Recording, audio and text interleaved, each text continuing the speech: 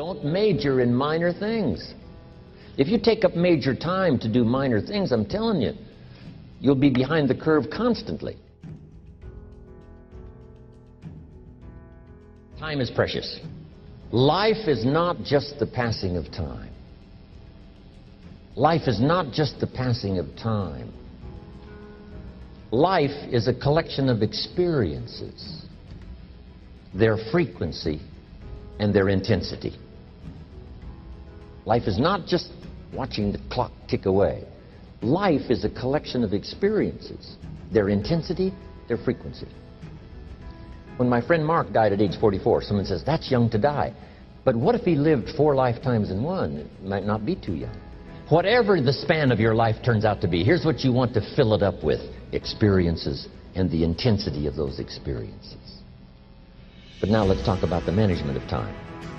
Now, jot this down: approaches to the management of time. Here's the first one: ignore the subject. I mean, that's good advice. Don't let anything overly bug you. Because remember now, you don't have to do anything. Someone says, well, I got to get a handle on my time. The answer is no, you don't. If you want to let it all go, you can let it all go. I mean, this is good advice. Somebody says, you ought, you ought, you ought. Jot this down. Ignore all the you oughts or you should. Only if they're giving general information. We should. It's better to say, if you're teaching, we should. Not you should, we should. Then you let me listen in without it being too confrontational. If everyone did this, see, that'd be great. And then you give a person a chance to choose to do it or not to do it. But when you start the you ought, now see, if I don't, now see, we've got some tension and maybe some problems. So you oughts seem to always create problems. Because this is personal dignity. And you don't want to destroy someone's dignity by doing all the oughts and then they feel reluctant to do it. Now we've got problems. So if you want to, just ignore this subject on time management. Now here's the next one. Step down to something easier. The guy's in sales and he says, oh, I want to own the company. Finally owns the company. Now he's got no time to play golf. He said, when I was in sales, I was making big money playing golf 3 days a week. Heck with this owning something. Heck with managing. My life was never my own after I started to manage. I'm going back to sales. See, this is the key.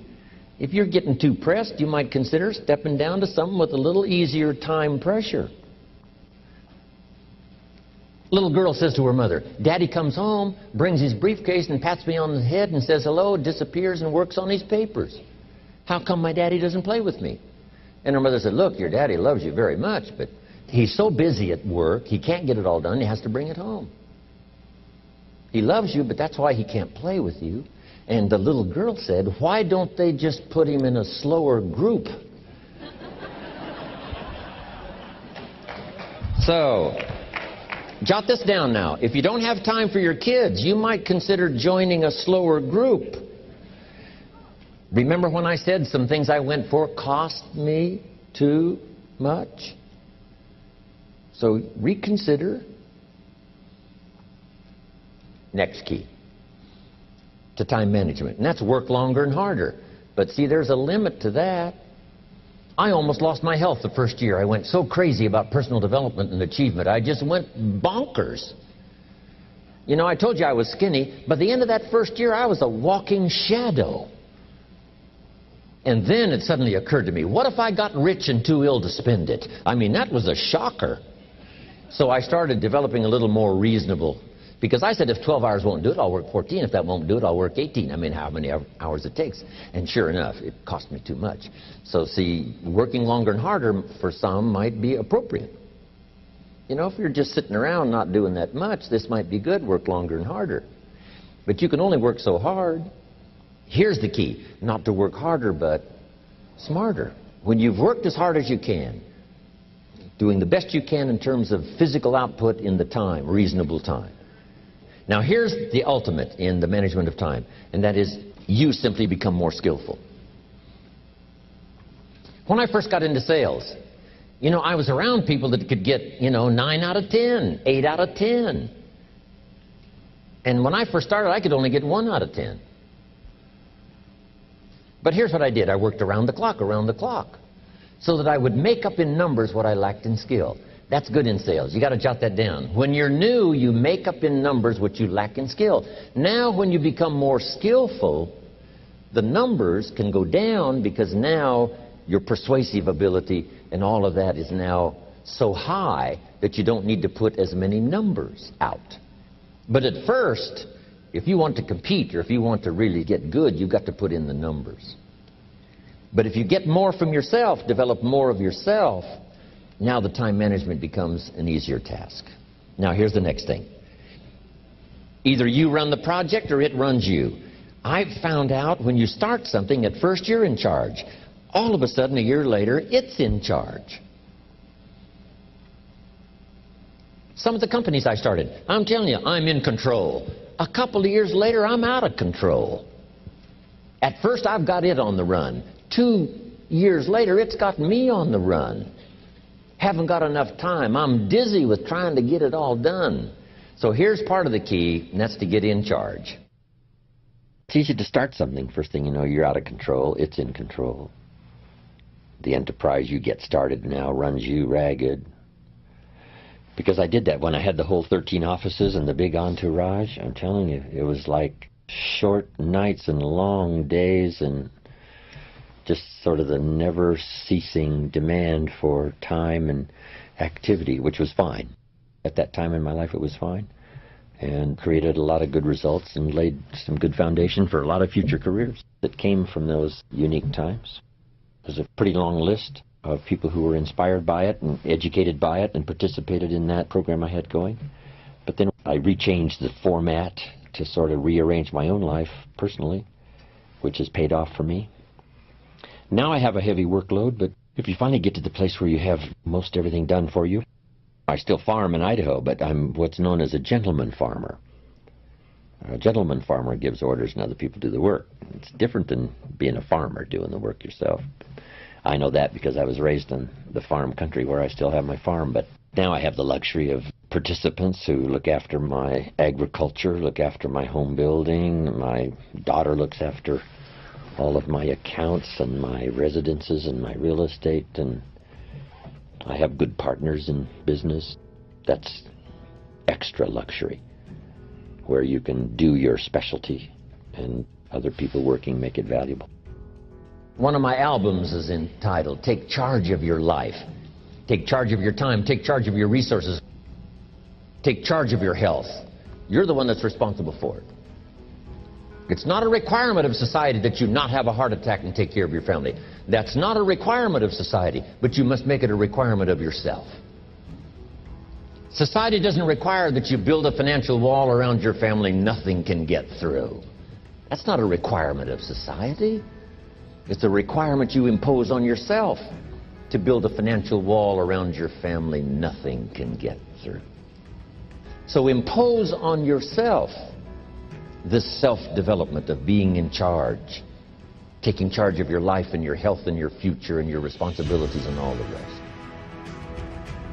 Next, reasonable time is enough time to achieve all of your goals. Just jot that down. Reasonable time is enough time. I had to learn that. Reasonable time is enough time. Here's why. It's not the hours you put in, it's what you put in the hours. If you start depositing greater ideas into the hours you've got later than now, I'm telling you, later you can't believe the productivity that will flow. The ideas you can't think of now, a year from now, they'll start to flow. And when you deposit those ideas in the hours you've got, productivity multiplies by 2, 3, 5, 10. Next, time management essential, a written set of goals. And then do priorities on your goals. What's important this week? What's important this month? Here's the next one. Often review. Just go over your goals to make sure that your list is working for you. It's got you inspired. It's got you turned on.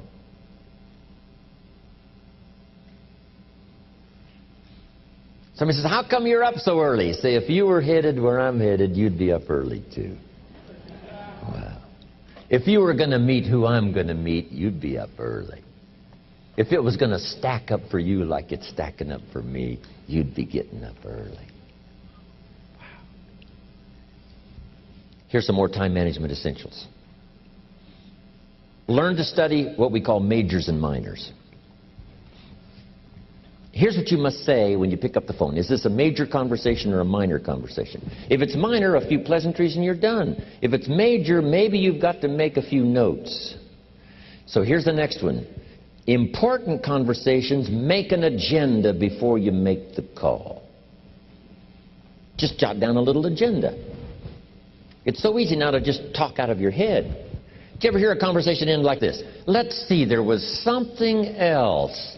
See, you don't look that swift. I can't think of it right now. I'll call you back. See, you look a little incompetent. Let's see, there was something. It escapes me right now. Really? So have you got this now? Make an agenda before you make a call if it's an important call. Now later that saves you all kinds of stuff.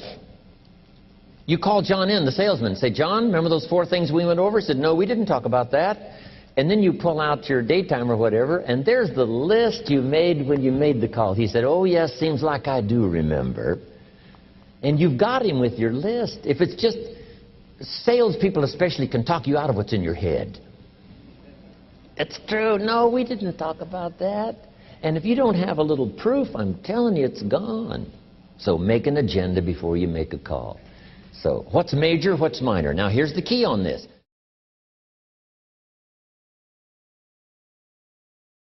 Don't major in minor things. If you take up major time to do minor things, I'm telling you, you'll be behind the curve constantly. Here's what we learn in sales training. What's major time and what's minor time?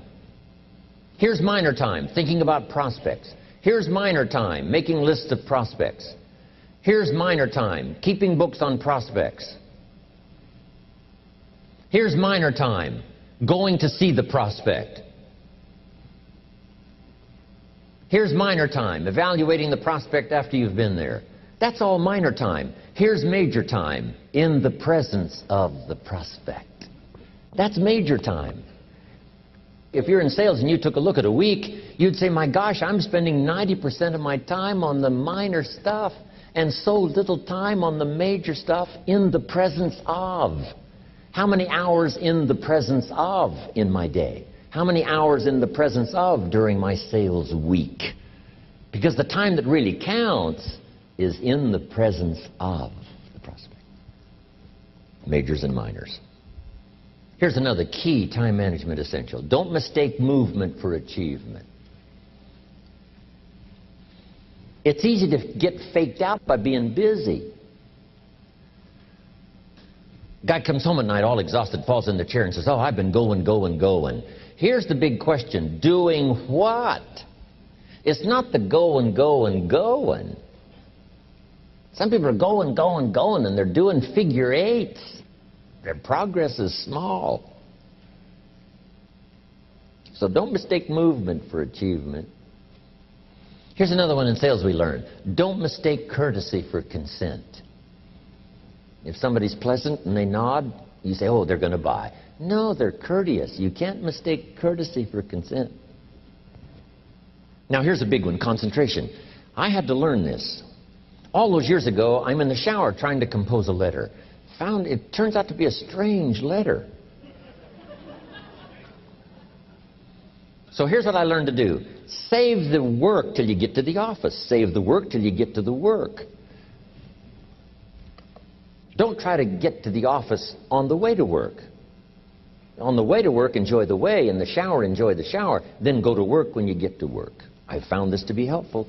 Concentration. Here's another big one. Learn to say no.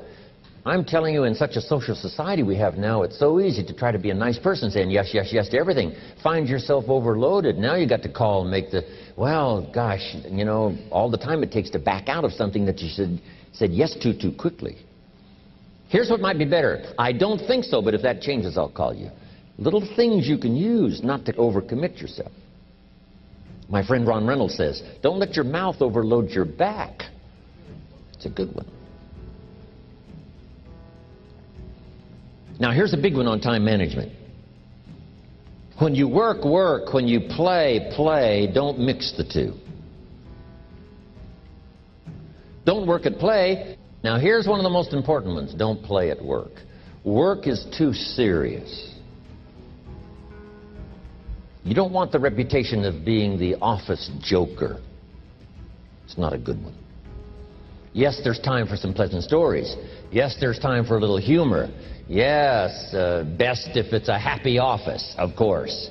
But I'm telling you, you got to be serious about work, because you're parting with a piece of your life for the work you do. Your work costs you a piece of your life. Here's what it's called: serious business. Not grim, not unhappy, but serious. Key. Don't play at work. The old expression, I don't think we use it anymore, horse around at the office. Play around, play jokes, play tricks. No place, not at the workplace. At the beach, yes. At the bar, yes. Somewhere else, not work. You got to treat work with all due conservative passion, because it's leading you to your future. Next, analyze how you are. And if you have some weaknesses, it doesn't seem like you can change, here's the key: get it covered. I used to keep promising myself I'd keep the books, keep the books, keep the books. Finally, I gave that up. And back then, it only took me an extra $50-60 a month for some accountant to keep the books. I said, no, I'm going to save the $50. You can't believe what I started losing in productivity because I tried to save the $50. So the key is, a lot of the time you can stay like you are, but just make sure you get it covered. Okay. Next, beware of the telephone and all other systems of communication, especially the telephone at home and systems of communication at home. Let all communication systems serve you, but don't let them intrude. When it comes time to have dinner with your family, you shut off all systems, unless the ones that can take messages silently. Don't let the phone ring. Don't let anybody intrude, come through the front door nor the back door, nor through the telephone or any other device. So you can't reach John and his family when he's having dinner. The President of the United States couldn't get through. If you develop that kind of a reputation, father, mother, when we have dinner, when we're visiting and have this time with our family, nothing intrudes. So don't let these clever little devices keep intruding. You've got to have a place that's sacrosanct, it's valuable. You don't let anything in for that period of time. I asked a guy one time, it's been many years ago, I said, what did your television cost? I knew he was a great television watcher. He said $400. I said, that's not true. He said, no, I paid $400 for this television set. I said, well, let me tell you what I think it's costing you, because I know what kind of talent and skills you've got. I think it's costing you about $40,000 a year. Not to own it, but to watch it. It's not owning a television set that's expensive. It's watching it that's expensive. What else could you do at that time? One, if you've got plenty of money in terms of lifestyle. But if you haven't got plenty of money, what if you took the television time and properly employed it by learning a couple of extra skills? No telling what would happen to your income. I mentioned this to this guy. He got so inspired and convicted with my little talk there that he had his brother-in-law bring over his pickup and haul away his television set. He said, well, you could just take it away yourself. I said, no, I don't want to do that. You know, I want to do it right now. Come and get this thing and take it away. He said, I've got a new philosophy. I'm going to take my TV time and turn it into fortune. See, all it takes is an idea, and it doesn't have to be that radical, but he wanted it to make a statement. Let's get this thing out of here. And later, you know, he had another television, but now he learned to shut it off and use time wisely. But at the moment, he wanted to prove to himself that he was ready to do something radical. Said, Jim Rohn is right. This television is costing me a fortune. Not to own it. Owning is cheap. Watching it's what's expensive. So you just have to learn to ration the time. Television is useful, but you got to wisely use it. Just like food, you must wisely use food. In leadership, we teach enough food to be healthy and gather strength, and no more. So you just have to learn the no more. Make that your philosophy. How much rest? Enough to be healthy and gather strength, and no more. Why would you spend any more than just enough to gather strength and be healthy on both food and rest? But if you overindulge in food and rest, they become a detriment now, not a support. So I think if you look at things that way, let them serve but not intrude. It's like a television set. If you let it serve, fine, but if you let it intrude on everybody's time. The average family watches television, 7 hours a day? See, that's probably too much. It's not that the television isn't good, it is good, but it's too much time devoted to one fairly intrusive instrument in your house. So let it serve, not intrude. That's a good philosophy. I find if you come up with a philosophy and an attitude, it helps to set the tone of things you do, don't do, correct, rearrange, turn upside down, try it another way until something works better for you. I think that's good advice. How many stories do we hear now of some people that are addicted to the computer? The wife says, honey, let's go. And he can't let go. He can't shut it off. Then you know you've got a problem, right? So I think everything, doesn't matter whether it's alcohol or drugs or computer or being online. I found out, not from my own experience, but from others I know, it's possible to be online and off track. So you got to make sure when you're online that you're not off track. But it's not difficult to be online and off track in terms of time allotment, what absorbs your attention. If all of your thoughtful time is used for busy time rather than creative time, then the encroachment on your creative time is just probably too heavy. We need time to think.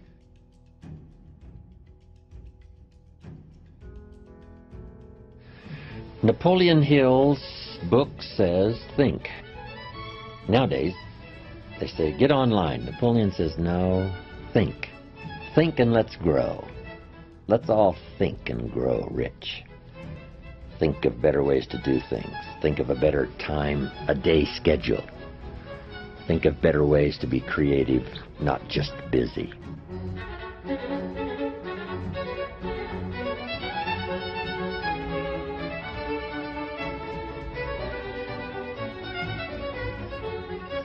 One of the great time management savers is to learn to ask questions up front. Sometimes you talk to somebody for an hour, and then you ask questions and find out if you would have asked those questions up front, you could have saved yourself an hour. Asking questions up front helps you to get to the problem now. But if you just launch into some discourse, you might waste 30 minutes, waste an hour, when here's what you should have been talking about. After you've finished an hour, you say, John, what's really the problem? He said, well, it's something personal. See, that's what you should have been talking about this whole hour. Next, learn to think on paper. Some ways to think on paper. One, solving problems. Take it out of your head and put it on paper. Another one is setting goals. Here's another good way to think on paper. It's a projects book. Each person you're working with and each project you're working on, get a loose leaf binder and a tab and some pieces of paper behind the tab and do a little continual summary of how it's going between you and that person and between you and that project. I call it a projects book. It is so useful to me. What's going on between you and this person? When you last got together, what did you talk about? And you got a few notes there. Here's what we talked about the last time we got together. Now when you get together again, you can review that so you'll know better what to talk about. When the president gets ready to travel and he's going to meet some important people, guess what they bring him? All these briefing books. Right? The last time you were with Khrushchev, Kennedy is informed. Here's what he said and here's what you said. Kennedy said, oh, that's valuable. I need to remember that. If a person is important, it's worth a little running account You might even have a projects book for your children. Here's what's happening between me and my child. We've talked about this, and we've talked about this, and we've talked about this. Next, a day timer. Keeping track of all of your appointments. You know, mine is all filled with, when to catch an airplane and when to do a seminar and when to sit down and have a conference, all the rest. Next is a game plan. If you've got a house and the, insurance is going to come due and some other things are going to come due, you just put it on a spreadsheet and make sure it's taken care of.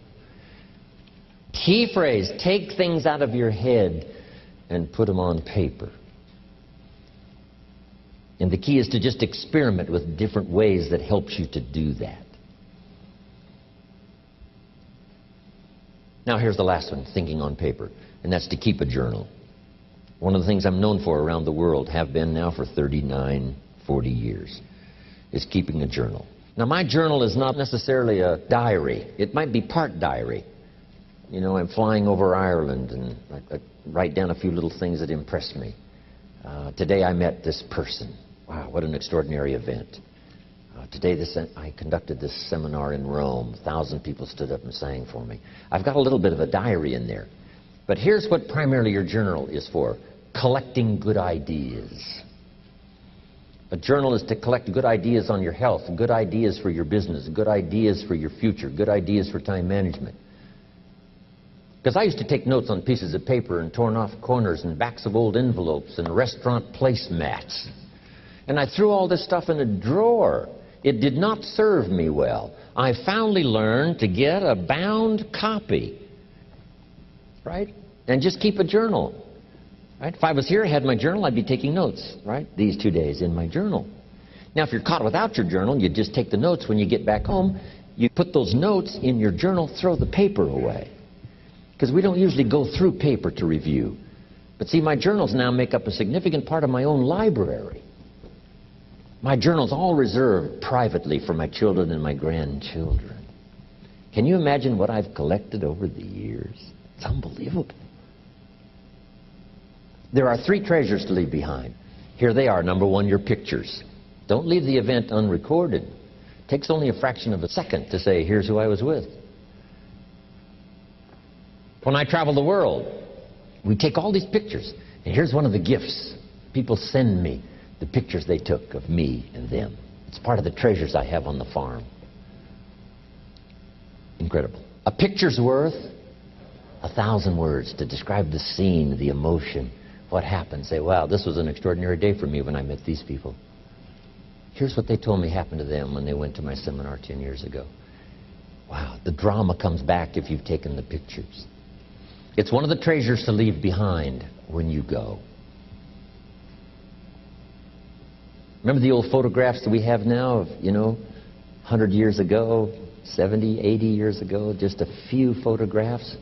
What would it be like if you had thousands of photographs of the past, of your history, your mother, your father, right? Grandparents? So change all of that now for your children. Leave all your photographs as a record. Here's what's next to leave behind, and that's your library.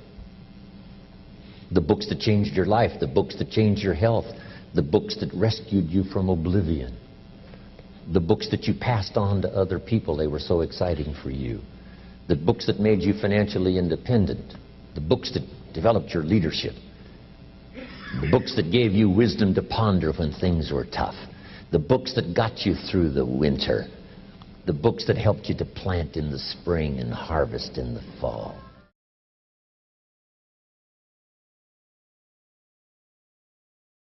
I think you have to pay attention to the details. Don't let too much time pass without staying in touch. If we probably took a survey right now, here are the 20 most important people in my life. How long has it been since I sat down with this one or called this one or wrote a letter to this one? We'd probably say, wow, the man is right. Just that little comment, making a list of 20 and saying how long has it been, I can see where for some of them it's been too long. That are considered very close friends. We just have to pay more attention. And I just now thought about that. Make a list of 20 and say, how long has it been? We try to think of it. We make a phone call. I say, wow, it's been too long. We got to have lunch. We got to get together. And some that may live in your own community where it's a little easier to stay in touch. But, some of our friends are not close by. Staying in touch is just a vitally important part of developing a good relationship. Take care of those things that matter. What doesn't matter to you, say if nobody calls me on my birthday, that doesn't matter. But for someone else, it does matter. So you just make sure that gets done, those kind of things. It's easy, especially in a busy society. And like myself, getting on an airplane, flying off to some other country, and be so busy doing that, and the preparation for doing it, and then recovering when you get home, it's easy to let things slide. But we always later have some regrets that we didn't stay in touch more often. Especially somebody older that passes, right? We say, wow, I should have made more phone calls and stayed in touch. But whatever it takes to keep a good relationship going, it's like tending a garden. You can't let it go too long without tending the things that matter, making sure it flourishes, something well-nourished, which is true of all of our values. We must protect them like a father, nourish them like a mother, to make sure they give us full value. And then be of full value to someone. Not that you have to be around all the time, but to be available. There's an ancient phrase, here's what it says: if you try to save your life, you will lose it. But if you will lose your life, meaning if you will invest your life, that's the best way to save it and to multiply it many times over. So here's the phrase: investing life into life has the potential of creating miracles. Investing life into life. Investing life into life creates a new baby. But investing life into life with ideas, information, association, influence can create enterprise, can create a corporation, can create a business, can create a movement, can create something that benefits many more people than just those few that might have invested in each other's lives. So that should be one of your goals, is to be valuable enough to invest in somebody else's life. Starting first if you're married with your children. And then invest in each other. Marriage and friendship, these associations are a chance to invest in each other. A business enterprise. Bill Bailey and I have been involved in other enterprises. But the enterprise, fortunately was successful. And we had a chance to affect a lot of other people's lives. But guess what happened over those years, and which continues to today? We continue to invest in each other. I come up with a great idea, I get on the phone, I call him. He comes up with a book he's read, just said, this is a masterpiece, you've got to read it. So we have this chance to invest each other. And while we walk the farm country of Kentucky, we invest in each other. We walk the beaches of California, and he has a habit of grabbing your arm when you're walking and talking. So he would grab my arm until this one would get sore, and then we'd trade places so he could, grab the other arm for a while we're walking and talking. But a chance to contribute to each other.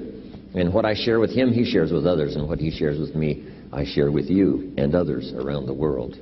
That contribution of sharing with each other, being influential, leadership, making a contribution to someone's life that no telling how far it may go from the time it starts. Friendship is, it's one of the most valuable possessions in the world. Good friends, relationships. What really matters when we all get right down to it is that inner circle. When we should spend as much time as possible, maximum time, maybe borrow a little from other things that aren't quite that valuable, that are essential but not quite that valuable, and spend more time, family, inner circle, close friends. Because that's where a lot of the drive and ambition to do well comes from. Making dreams come true for that inner circle. You and them furnishes the fuel for high ambition. Not to be ambitious just for the name or for the fame or for the money or for the useful things you can do like generosity for the future, but at least to do as much as you can to nourish that association and communication, inner circle. Conversations in art, whether it's with a child or whether it's with husband and wife or friends. Used to be years ago, We wrote letters that only got sent or, received once in a while. Now we just jump on the phone and talk. But back then, people seemed to take thoughtful care about putting into words how they really felt. And it's easy to be a bit too casual and not put as much how you really care into language, especially when we're talking all day long and all day long. It's hard to be that unique when we really would like to be unique, say something extraordinary about how we feel, but it gets lost in sort of the mundane, ordinary conversation rather than taking the time to say something unique about how you care and about how you feel.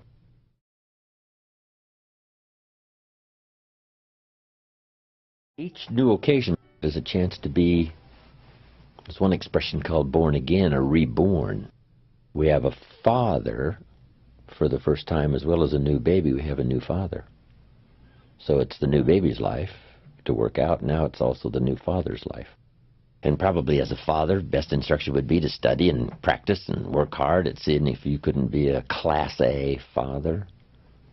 If it's the mother's first time, we have a brand new baby but a brand new mother. Now that she has a chance to live a brand new life, different life experience than ever before, shouldn't she study and practice and learn and listen, try to find ways to become a Class A mother? About 16 years ago, I became a grandfather, and I have practiced diligently now the last 16 years of being a 5-star grandfather to my 2 grandchildren, Nathaniel and Natalie. They're exceptional, highly talented. I just published a book of my granddaughter's poems that she wrote when she was 12, and the art illustration by her brother Nathaniel. I Love What I See is the title, by Natalie Pangrazio. Now she's 15, and she's written now a collection of 10 stories for children. And her brother Nathaniel is an accomplished classical pianist. He writes music, sends it off for competition. These are talented kids, artists and writers and musicians at such a young age. So what I've done is try to specialize, helping my granddaughter publish this book when she was, 14. The poem she wrote when she was 12. It's really good. I've got to read you something. I told you about my granddaughter, Natalie. She wrote these poems, and we're publishing them, and here's one. When she was 12. It's called Metaphors of Flowers. From those whose imaginations love to take flight, they will use even a flower to determine wrong from right. An iris is like wisdom, the deep color like the depth of knowledge, and the yellow like the bright ideas one receives. The knowledge spreads upwards, as do the iris's leaves. A lily is simplicity like the whiteness of its flower, but in simplicity there is beauty like the yellow stamen's tower. Truth is like a dandelion, which is bold and has not sinned, and truth is spread far and wide like dandelion seeds upon the wind.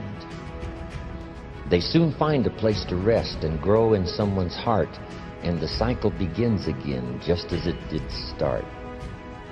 A daisy is like happiness and spreads its face to the sun. It loves everything around it, and in everything finds fun.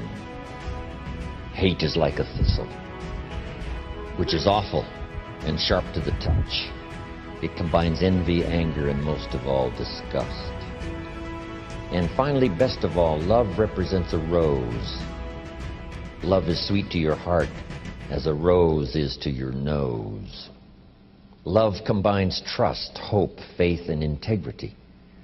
There are good paths and bad paths, and no matter which one you chose, love is just as sweet as the loveliest rose. My granddaughter.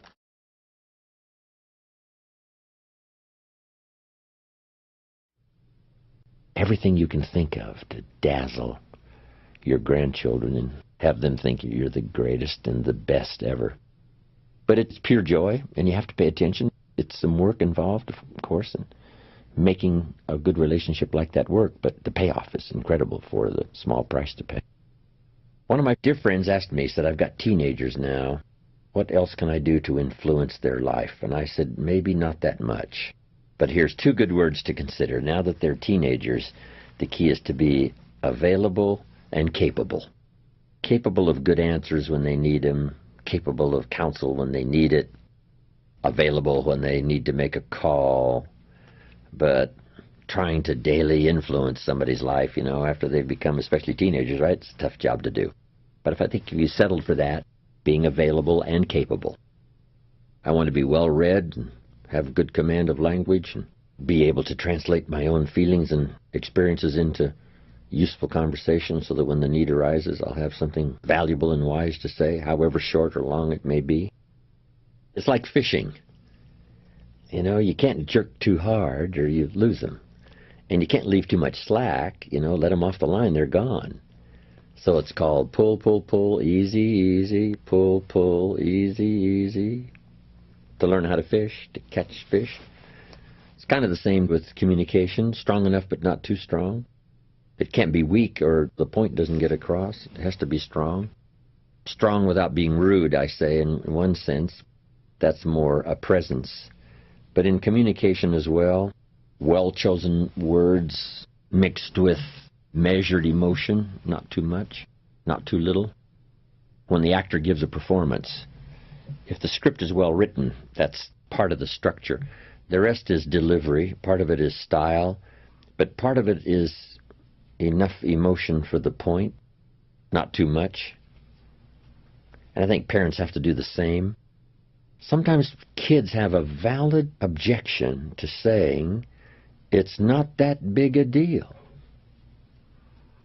And in the parent's mind, they've made it into this monster deal when it really isn't. But if you always make everything into a big monster deal when it isn't, kids get a bit misled by that. And the key is to save up that emotional content of making something a big deal, if it's a big deal, and be a little more rational and emotionally contained when it isn't such a big deal, more thoughtful than volume, more caring than loud. I don't know. It's an art. It's a bit tricky dealing with kids, right? You got to tell them what you love and what you hate. I love you, but I hate what's happening. They need to know both. How do you put both strong feelings in the same sentence, love and hate? But we've got to do it because we have to deal with both. What's right, what's wrong, what's better, what's okay, what would be better. We all struggle with the language. Words are clumsy sometimes when you try to express what's going on in your head, let alone your heart.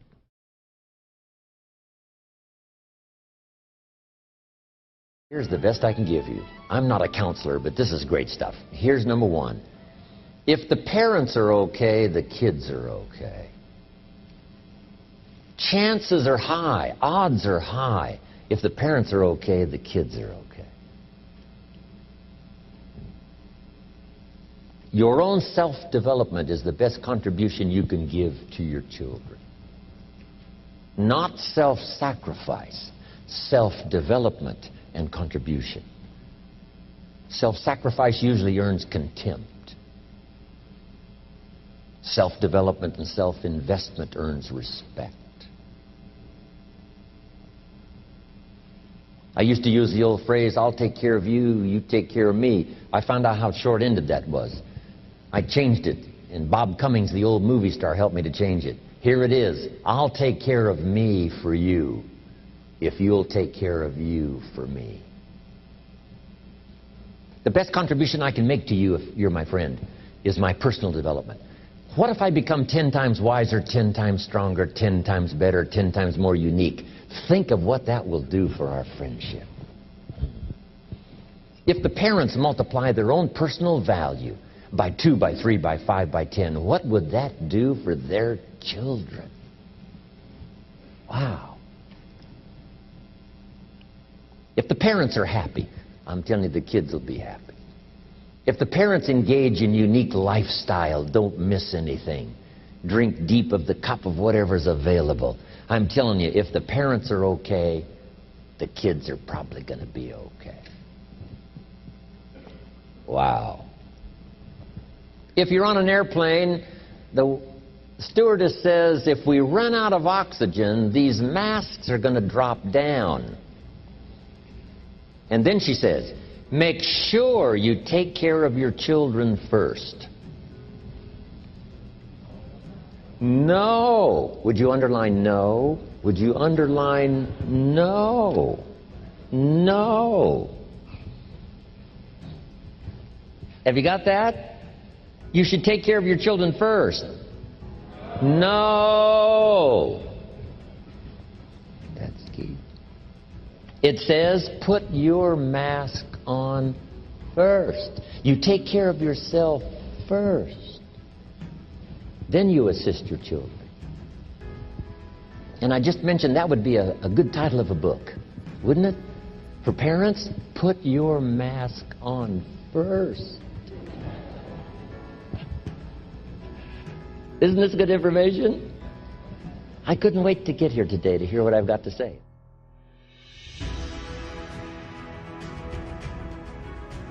The best contribution to your company is your self-development. The best contribution to your husband or your wife is your personal development.